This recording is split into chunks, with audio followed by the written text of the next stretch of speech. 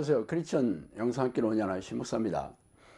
오늘은 오늘날의 교인들에게 십자가의 보혈의 능력이 사라진 지 오래다 라는 점을 한번 생각해 볼게요. 현대의학계는 페니실린의 발견 이전과 그 이후로 나뉠 정도로 페니실린의 등장은 역사상 기념비적인 혁혁한 사건이었습니다. 1928년 영국의 미생물학자 알렉산더 플레밍이 세균 감염을 막아주는 항생제 페니실린을 개발했죠. 그런 황색 포도상 구균이 푸른 곰팡이 주변에서는 살아나지 못한다는 사실을 우연히 발견하고 이 곰팡이에서 추출한 물질을 페니실린이라고 이름을 붙였어요. 페니실린은 포도상 구균 외에도 연쇄상 구균, 뇌수막 염균, 임질균, 디프테리아균 등 여러 세균의 효과가 있었습니다. 이후 수많은 사람들이 상처의 감염이나 전염병으로 목숨을 잃는 일을 피할 수 있게 되죠.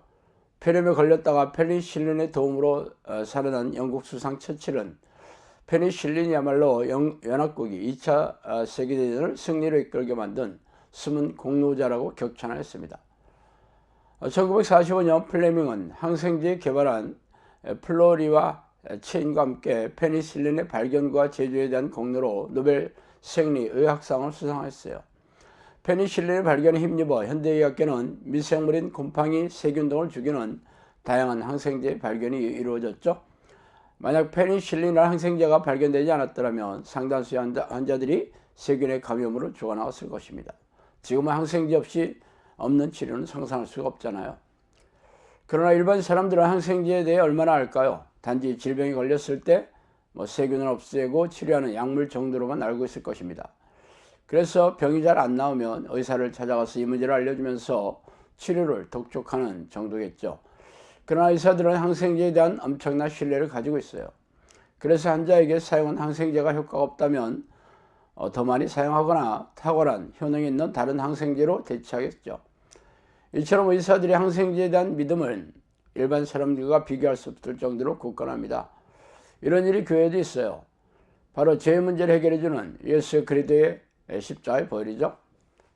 당신이 교회를 떠올리면 가장 많이 등장하는 상징물이 바로 십자가입니다. 십자가는 고대사회의 끔찍한 사형 도구였어요. 이 십자가가 교회를 상징하는 대표적인 장식물이 된 것은 예수님이 우리의 죄를 대신하여 십자가에 죽으셨기 때문이죠. 그래서 예수님을 구세주로 믿기로 결심한 사람들은 그 사람들이 바로 크리스천이며 자신들의 믿음으로 죄에서 용서함을 받아 하나님과 화목하게 되어 천국에서 영원히 살 것을 철석같이 믿고 있죠. 그래서 십자가를 목걸이나 반지의 장식물로 만들어 착용하고 다니거나 가정에도 설치하며 예수님이 흘리신 보혈의 공로를 칭송하고 있죠. 그래서 제가 한번 물어볼게요. 당신은 예수 그리스도의 보혈의 능력을 굳건하게 신뢰하고 있느냐고 말이죠. 아니 무슨 말이에요? 그러니까 영접기도를 하고 나서 교회 예배를 성실하게 참석하고 교회에서 시키는 각종 희생적인 신앙행위를 하고 있는 게 아니겠어요? 라는 특명스러운 답변이 튀어나오겠죠. 그렇다면 저는 당신이 종교행위를 열심히 하는 것을 물어보는 게 아니라 예수 그리스도의 보혈의 능력을 신뢰하느냐고 제가 물어봤잖아요. 물론 이 말에도 답답하다고 여기는 이들이 적지 않겠죠. 여러분의 답변과 제 질문은 잘 맞아 보이지 않지만 왜 그런지 그것조차도 잘 모르죠. 당신이 예수 그리스도의 보혈의 능력을 신뢰한다면 날마다 죄와 피 터지게 싸우는 용도로서 요긴하게 사용되어 있어야 하기 때문이죠.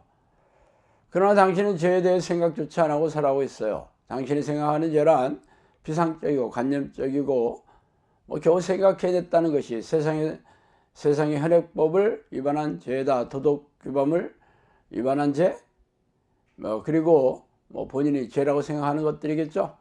그래서 이런 죄를 위반하지 않았다면 자신이 죄를 짓고 있다고 생각할 리가 없겠죠. 그러나 성경에서 말하는 죄는 세상에서 언급하는 죄와 확연하게 다릅니다. 성경에서 말하는 죄는 하나님 싫어하는 말과 행동, 생각과 성품을 총망라하는 단어죠. 말하자면 하나님의 뜻과 예수의 명령을 지키지 않는 모든 것들이 죄예요. 그래서 이 죄를 철저하게 회개하고 용서를 받으며 날마다 피 터지게 싸워 이기지 않는다면 지옥에 던져질 것이라고 성경은 말하고 있습니다. 그래서 제가 성경에서 말하는 죄에 대해 한 말씀 드릴게요. 전에는 우리도 다 그 가운데서 우리의 육체의 욕심을 따라 지내며 육체와 마음이 원하는 것을 하여 다른 이들과 같이 본질상 진노의 자녀였다 말하고 있죠. 에베소 2장 3절 말씀이에요. 이렇게 성경에서 말하는 죄는 당신이 그동안 교회에서 들어왔던 죄와는 확연하게 다릅니다. 성경에서 말하는 죄는 육체가 원하는 생각 혹은 마음이 원하는 것들, 즉 내가 원하는 것들이 모두 죄라고 콕 집어서 말씀하고 있어요. 그래서 육체와 마음이 원하는 것을 추구하는 사람들은 죄다 하나님의 원수가 되며 하나님께서 진노를 쏟아부으시는 대상이라고 말씀하고 있죠. 그러나 이에 대한 가르침은 현대교회에서 들어볼 수가 없어요. 목회자들도 대형교회 담임 목사가 되는 목회 성공을 추구하고 있으며 교인들도 세상에서 잘되고 성공하고 부자가 되는 세속적인 축복을 바라고 교회 마당을 밟고 있기 때문이죠. 그들이 신앙생활하는 성례와 목적과 동기는 하나님 모시기에 사악하게 의지없죠. 죄다 자신의 육체와 마음이 원하는 것을 이루려고 교회 문턱을 닳도록 다니고 있을 뿐입니다. 사람의 마음 깊숙한 것을 불꽃 같은 눈동자로 살펴보신 하나님께서 현대 교인들의 사악하고 가증스러운 마음을 모르실 리가 없겠죠. 그래서 신앙의 연륜이 오래되고 교회 직분이 높은 교회 지도자들도 무능하고 무기력한 믿음으로 고단하고 팍팍하게 살아가는 이유입니다. 죄다 예수님 당시의 바리새인과 서기관과 다를 바가 없는 율법주의자들이며 종교주의자들에 불과하기 때문이죠. 하나님이 가장 원하는 것은 바로 쉬지 않고 하나님의 이름을 부르며 전심으로 성령의 내주를 간구하며 하나님과 기껏 친밀한 교제를 나누는 것이죠. 그러나 대부분의 현대교인들은 하루에 10분도 기도하지 않죠. 목사들도 하루에 30분도 기도하지 않아요. 새벽 기도에 나오는 이들조차 1-20분 기도하고 서둘러 집으로 돌아오고 있습니다. 더 기가 막힌 것은 그들이 기도하는 내용이죠. 그들이 내뱉는 기도의 내용은 그 어디에도 하나님의 뜻이란 없어요. 죄다 육체와 마음이 원하는 것을 열거하고 있을 뿐입니다. 이렇게 하나님을 만나고 싶어 하지 않는 이들이 어떻게 하나님을 사랑하는 자녀들이겠어요. 마음을 다해 하나님을 사랑하는 것이 첫째 되는 명령인데 현대교인들은 이렇게 하나님의 명령을 경멸하고 멸시하고 있죠.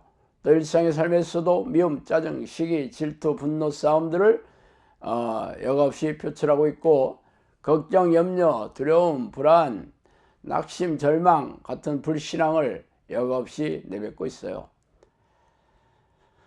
특히 돈을 사랑하고 자기를 사랑하는 우상숭배에 연연이 없죠. 하루 종일 돈을 서로 쌓아두며 돈을 쓰며 육체의 쾌락을 즐기는 내 생각이 고정되어 있으며 자기의 자기만족, 교만을 드러내거나 억울함, 서러움 등의 자기 연민을 즐기고 있어요. 이런 자가 바로 하나님보다 돈과 자신을 더 사랑하는 우상숭배인데 죄인지도 모르고 종교행사와 일배의식에 참석하는 것으로 자신의 할 일을 다 했다고 믿고 있으니 참 안타깝죠. 이렇게 죄를 인지하지 못하고 죄와 싸울 생각도 하지 않는 교인들이 예수 그리스도의 보혈의 공로를 철석같이 믿고 있다고요? 참 지나가는 개가 배꼽을 잡고 박상 대수하며 웃을 일이죠. 죄를 인정한 이들은 날마다 죄를 내어놓고 십자가의 보혈의 공로를 의지하며 회개하고 있을 터이고 매일매일 육체와 마음이 원하는 죄악된 생각들이 들어올 때마다 십자가의 보혈을 의지하며 비터지게 싸우고 있어야 할 것입니다. 그러나 이런 모습을 보이지 않는다면 예수 그리스도의 보혈을 관념적이고 사변적인 종교 용어로 알고 있는 종교주의자에 불과하겠죠. 이런 사람들은 하나님과 아무런 상관이 없으며 죄다 심판을 받아 지옥불에 던져지는 악인에 불과하겠죠. 자, 오늘은 여기까지 하겠어요. 감사합니다. 너희가 하는 사역은 이례적인 사역으로 귀신 축출 사역을 포함해서 귀신들의 활동성을 알리는 사역이다. 오래전 평신도 시절에 저는 영적 세계와 귀신의 존재에 대해 호기심이 적지 않게 있었어요. 그러다가 하나님의 부르는 기도를 시작한 지 10년이 지난 어느 날 천사라고 자신의 신분을 밝힌 영이 저를 찾아오는 것을 시작으로 영적 세계에 걷잡을 수 없이 빨려 들어갔죠. 책에서 소개한 25가지의 사건들은 사실 빙산의 일각이에요. 귀신들은 입을 통해서 음성으로 말하기도 하며 누군가가 귀에다 대고 말해주는 것처럼 영음으로 말해주기도 합니다. 또한 사람 안에 잠복하여 뇌를 장악하고 조종하고 모든 신체 기관을 움직일 수도 있어요. 물론 대부분의 귀신들은 자신의 존재를 감쪽같이 속여 숨어서 조종하지만 말이죠. 귀신들이 잠복하여 들어가 있는 정신질환 환자들에게서 귀신을 쫓아내면서 정신질환과 고집병을 취하면서 제 주장을 증명해 오고 있습니다. 그동안 저를 찾아온 사람들은 전부 교회를 열심히 다니는 교인들이었으며 그들은 자신이 다니는 교회에서의 문제를 해결할 수가 없어 전전긍긍하다가 저를 찾아오느라고 말하더라고요. 성경은 우리가 사는 세상의 왕이 사탄이고 악한 영들이라고 선포하고 있지 않습니까? 그들은 놀라운 위력과 능력으로 죄의 덫을 놓고 유혹해서 죄인으로 만들어 생명과 영혼을 사냥하는 섬뜩한 놈들이라고 밝히고 있습니다. 그래서 예수님은 죄를 부추기고 죄인으로 만드는 이놈들과 피 터지게 싸워 이기는 사람들만이 생명책에 이름이 지어지지 않을 것이라고 말씀하시지 않아요? 그러므로 귀신들의 정체와 공격에 무지한 교인들은 속아서 포로로 잡혀 있으며 이 땅을 떠나면 지옥불에 던져질 운명의 셈이죠. 종말의 시간이 가까울수록 악한 영들은 더욱 날뛰면서 교인들에게 불행과 고통을 줘 영혼과 생명을 사냥하고 있는 이때 성령께서도 귀신들에게 고통받고 있는 하나님의 백성들에게 귀신들의 정체와 공격을 알리고 이들과 맞서 싸워 이기는 정형사를 양육하라는 성령의 명령의 일환으로 이 책을 쓰게 되었어요. 그러므로 당신도 이 책을 통해 귀신들의 정체와 공격을 잘 알고 영생을 준비해야 하지 않겠어요? 정신을 바짝 차리고 영적 전쟁을 준비하지 않는 사람들은 죄다 이놈들의 포로가 될 것이라는 것을 명심하기 바랍니다.